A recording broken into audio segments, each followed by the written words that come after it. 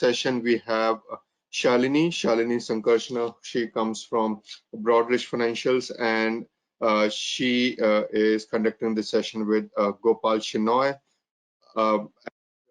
And he is going to talk about 20 lessons from his 20 years experience in product management. Not to mention he is joining us from the US. And one thing that I would like to know, that what keeps him what keeps him dedicated to this PCAMP at 4 a.m. from US.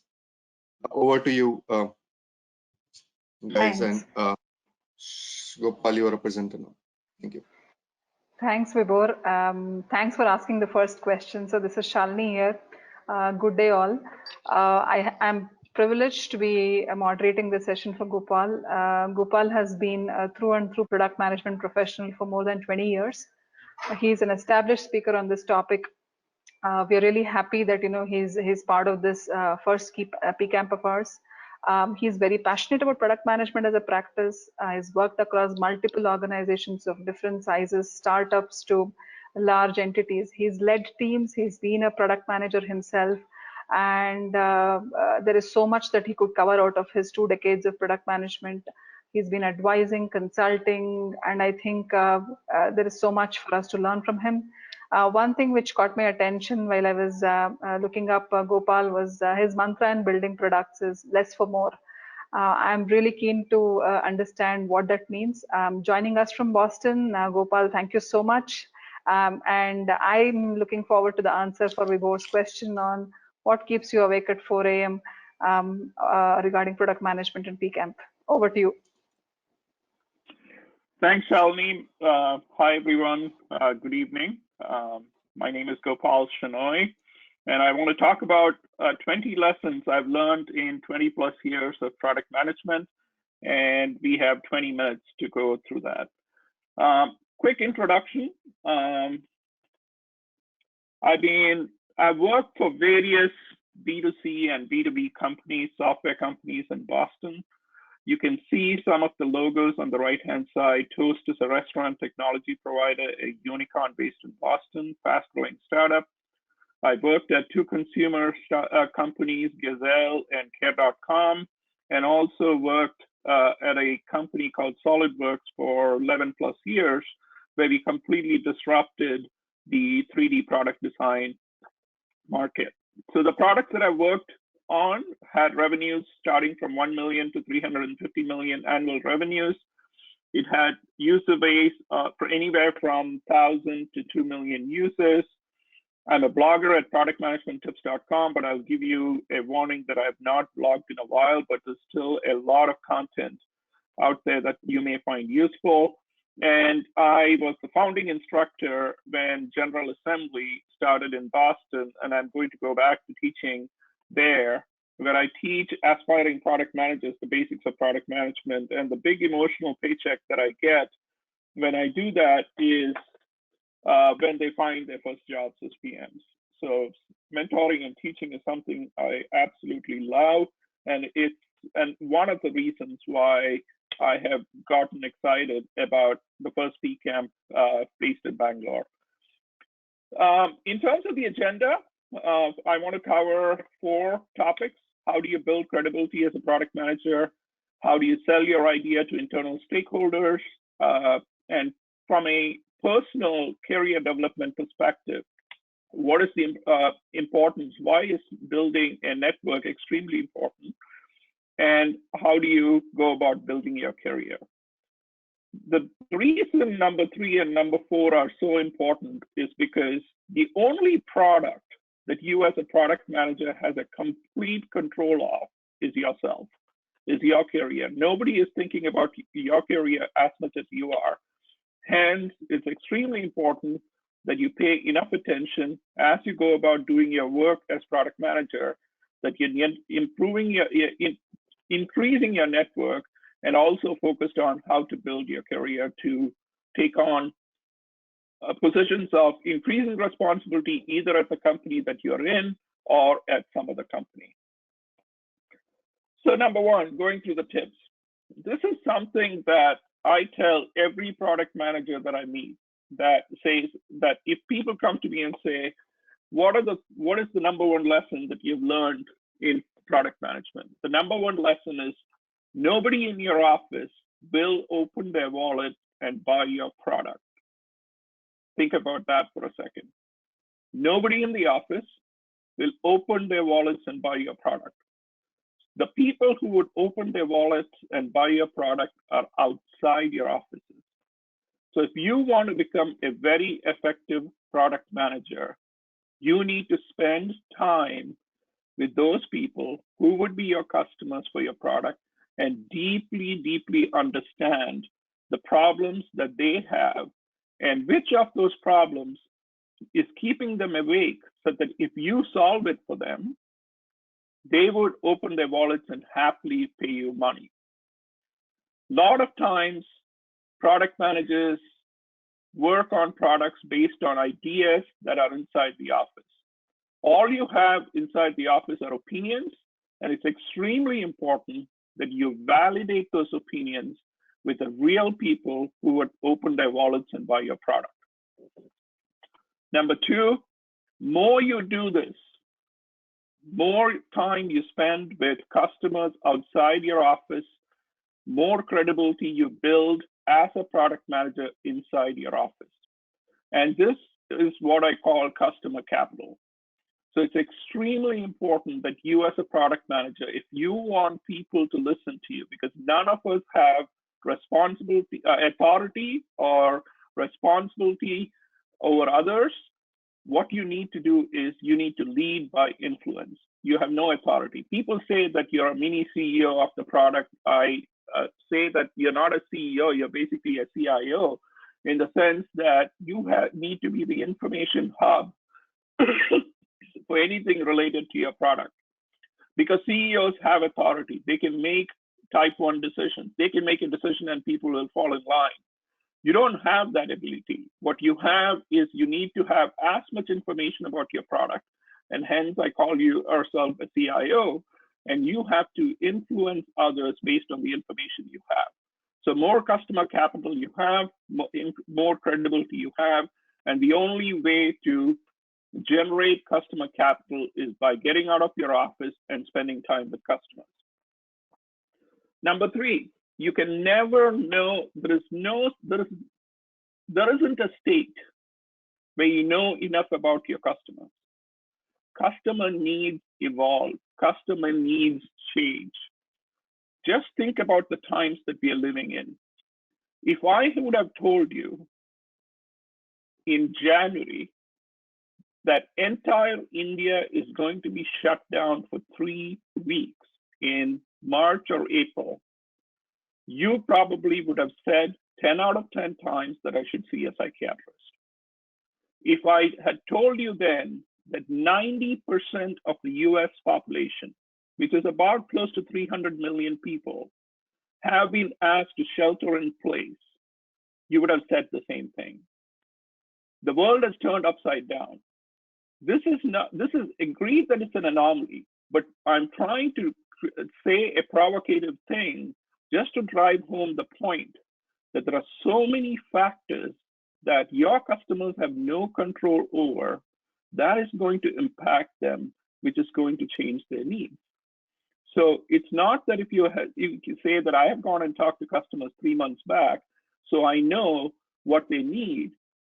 Half of what they told you 3 months back may no longer be true because the environment in which they operate has changed. Some new competitor has come in, new technology has come in, because of which their needs and the way they need to operate has changed. After this big cloud or this pandemic clears, I'll place my bet that airlines and hotels are going to have an impact because a lot of the people have figured out how to do things working remotely and using web conference tools, just like how I am sitting here in Boston and presenting to all of you at different places in India. It's not that you're in a conference room in Bangalore. So things are going to be different. So there's never a state you know enough about your customer. Number four, one thing that I learned in a very hard way is that there is a huge difference between when customers say I like something versus when customers say that I want to buy something. If you go and ask the customer, saying, what do you think about this product? There is nothing, their skin is not in the game, and they don't want to say they don't like it because it might be the greatest thing since sliced bread, and they don't want to miss out the opportunity. So they say, yeah, of course I like it. What you instead you want to find out is if they'll open their wallets and buy your product. Can you guys still see my slides? Can you still hear me? Yes, we can, Gopal. Yes, we can. Yeah, because GoToMeeting icon started bouncing. Yes. So there is a huge difference between like versus buy. So when you go and talk to customers, try to find out which problems are keeping them awake, such that it's such a pain point for them that if you solve them, they would be happy to pay you money. Those are the problems that you want to solve. Customers have a ton of problems. It doesn't mean that you have to solve all of those. You have to solve those problems that are keeping them awake. I never had thought that 3 letters can have so much of a difference. Market-driven versus marketing-driven. If you have a product that is not solving a real customer need or a need that is faced by a lot of customers, no matter how great marketing machine you have, it's going to be extremely difficult for you to sell your product. Compare that to a product that has been developed after doing customer research with the help of customers, making them part of the product development process. That product, even with an imperfect marketing strategy, would be a lot easier to sell because it would resonate with the audience that has the problem that the product is solving. So you want to build products and services that are market-driven, where you have spent enough time upfront deeply understanding the customer problems, deeply understanding which problems are so painful for the customers that they're willing to pay money for a solution. If you do that and build a product, it'll be you have a much higher probability of success than a product that is looking for a solution to be solved. And a lot of times, technology products, people get enamored by new technologies, they build products, and the product is looking to see what problems it can solve. You want to be in the market-driven bucket. Number 6, in God we trust, all of this must bring data, was a classic statement by Edwards Deming. Data is your friend. Everybody else has opinions in your office. You as a product manager, and going back to my statement that you are an information hub, you need to speak with numbers such that people listen to you, and data always overrides opinions. So you need to make sure that you have data of usage, adoption, and utilization of your existing products or features. You need to use that to drive further investments. You need to instrument the new features that you're building. So initially define what the success metric would look like, such that you can present this data to all of your internal stakeholders and to your product development team, so they become believers that you know what you're talking about, that you truly represent the voice of the customer. So those were 6 tips in terms of building your credibility. Now the question is, you've spent all this time with customers, you've learned what problems are so painful that you might be in a position to solve them better than your competition. How do you come inside the office and sell your idea?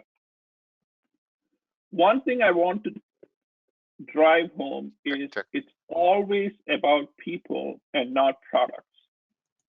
People build products, people buy products.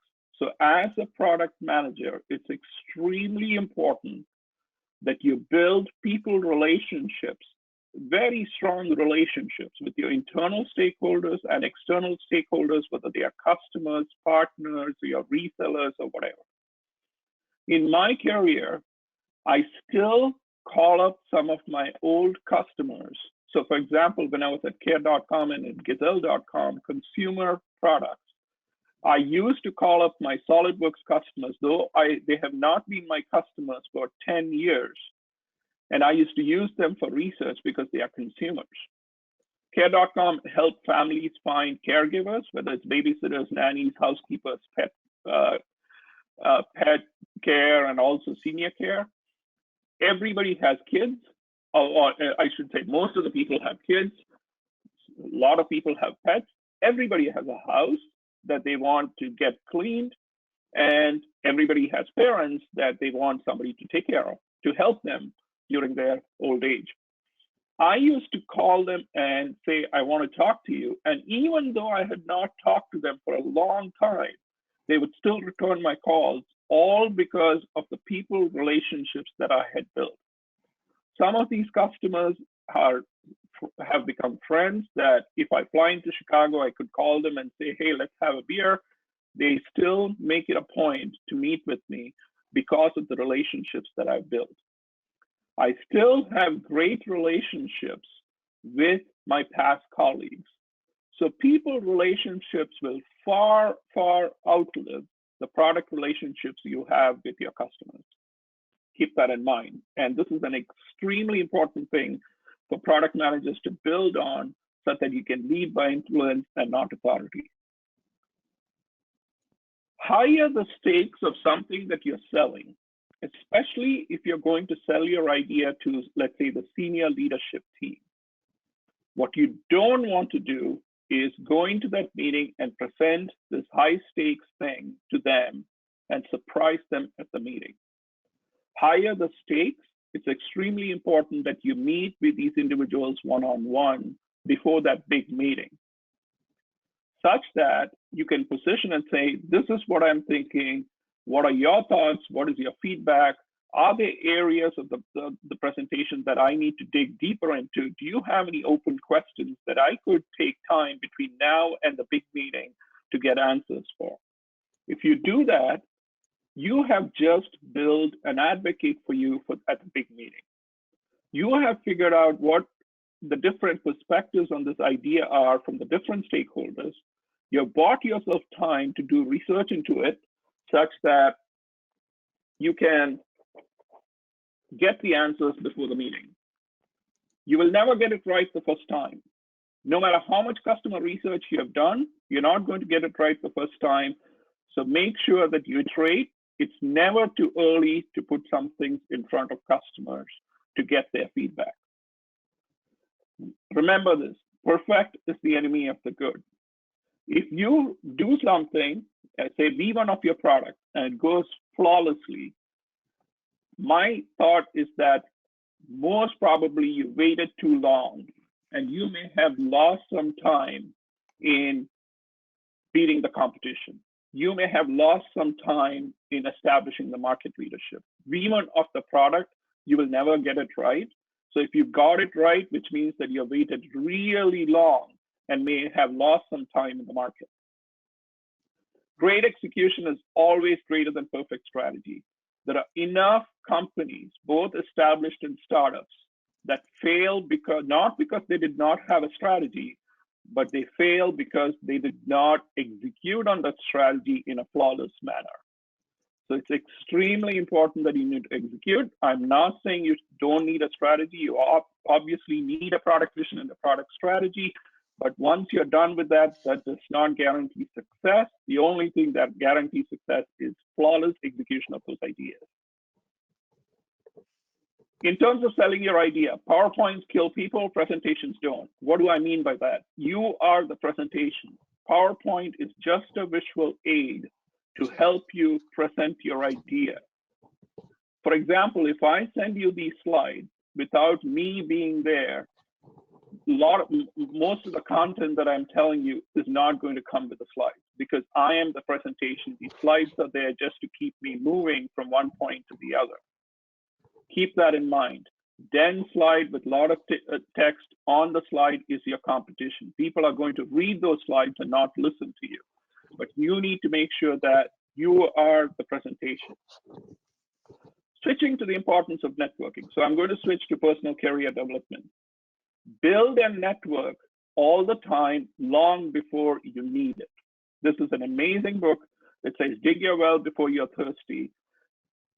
You have to build your network, continuously build the network, and keep giving to that network before you even ask the network for help. Think about it this way. If you had met somebody at a conference, the person connected with you on LinkedIn, let's say 5-6 years have gone by, the person hasn't even asked you if, has not been in touch with you, and suddenly pops up and says, hey, I'm looking for a job, can you help me? What are the chances that you're going to help that person? Compare that to some person who sends you articles or helps you, finds out how you're doing, especially in the times that we're going through now. And that same person says, I just got laid off. I'm looking at this company and you seem to have a connection. Would you mind helping me and introduce myself to that person? The chances are that very likely you're going to help that person because that person has helped you in the past. Building your career, extremely important. Always at the company that you're at, if you're doing your job very well, ask to do more. Stretch yourself, get out of your comfort zone. Ask your manager saying, can I take on more areas of responsibility? Because that is easy. They know you. They're not going to make you fail. They will help you if you stretch yourself, but it's up to you to take the initiative to stretch yourself. Know your gaps more than your strengths and work on them. Be honest with others, saying, I need to get better at product strategy. Can you give me opportunities? Or go and find mentors who can help you develop those strengths. You don't have to hide behind these things. This is all about building the career. Be honest with yourself, be honest with others, saying, this is an area that I need to build my muscle on. Can you help me out? Or can you recommend to me people who I can work with? Never, never stop learning. In my career, this is like the fourth tectonic shift that I'm going through. The first one was going from client server, going from mainframes to client server. The second one was from desktop on-premise to cloud. The third was mobile. And now the fourth is the machine learning revolution or the AI revolution that's happening right now. Never stop learning. If you're a manager or if you're part of an interview team, always remember that hiring is the most important thing you do. If you want to take care of your customers, make sure you hire the best talent as your peers or employees of your company. Spend a lot of time figuring out how to recruit and hire, and make your hiring process tough such that you are going to get the best talent that is out there. In your interview process, in every interview that I do, doesn't matter if I'm asked to interview the next executive or a customer support person, I ask two questions. One thing is, tell me about your biggest success that when you think about it, brings a biggest smile on your face. You need to be proud of your successes. So think about the best thing you have done that you are so proud of, and bring that up in the interview, even if you're not asked. At the same token, I also ask the question, tell me about the biggest career mistake you have made from which you have learned the biggest lesson. You have to fail. If you're not failing, you're not trying hard enough. So it's extremely important that you have these mistakes, you learn from them so that you don't repeat those mistakes again. And one last thing, absolutely love what you do. Let the passion show. And means whenever you're selling, means doing product vision or product strategy, you need to sell it to your team. Your passion needs to show. You need to be convincing to be successful as a product manager. Thank you so much. And now I would open it up for questions. Hi, Gopal. Phenomenal session. Thank you so much. And a lot of your experience comes through these lessons, very practical advice. We do see a few questions. Let me start with the first question. The first question says, how important is building partnerships or strategic alliances to build or scale products? I think this is a very critical question. You spoke about networking. This is both networking as well as internally managing stakeholders. What is your thought about that? It all depends on what the partner brings to the table. Means is that how much value add is that going to be for customers? You need to make sure that the partnership is going to add tremendous value to your customer. If it's not, look at everything from the customer's value perspective. And whenever you build partnership, you have to treat them like customers. You have to be ready to help your partner succeed as much as you want your product to succeed. Very well said. Thank you. Makes absolute sense. So treating partner as a customer, yeah, that's a really novel thought, and I think makes a lot of sense. The second question, very often product engineers act as product managers, and this is a fairly big reality, especially in the Indian product management sector. And the question is more of, do we go with a lot of engineering mindset in building products and lose focus on product marketing? So how do you, what are your advice for this, especially when people are aspiring to be PMs? Yes, the biggest switch that you have to make is start forgetting how something is going to be built, which is what you're focused on as an engineer. Instead, you have to retrain your mind to think about what and why. What do we need to build? What problems do we want to solve for customers? What problems does customers have that keeps them awake? And why are you in a unique position that you can build a solution to solve it? Product managers should focus on the what and the why and leave it to engineering to focus on the how. And being an engineer, you have been focused on the how. The biggest mind shift that you have to make is to switch to the what and the why as a product manager. Thank you. Another question, this is largely about how a product manager is positioned within an organization. So if you look at it, there is a lot of accountability for a product manager on the outcome of the product, but from a stakeholder standpoint internally, be it the engineering community or any of the community which is about building products, a product manager does not have direct authority on them. So how do you address this, and how do you manage this on a day-to-day basis while being accountable for the outcome but not really having direct authority in a lot of variables? If you're not comfortable with that, product management is the wrong job for you. So the way I would say it is, your job as product manager is to make sure your engineering organization or your product development organization clearly understands and deeply understands what problems you want to solve. Once they have a shared ownership of the problems to be solved for customers, then product ownership comes in. And once product ownership comes in, magic happens. So what you want to always think about is that an engineer, a designer, and a product manager, I call it the product triad, owns a particular problem, and they are committed in solving that problem in the best possible manner. Make them your partners, and don't throw it, instead of throwing it over the wall saying, I want this build and it needs to look like this, then all you're going to get is engineers who just build what you ask them for without having any clue what the customer problem is. Make them your partners, make them your participants in solving the problem, instead of just somebody who caters to your needs. Well said.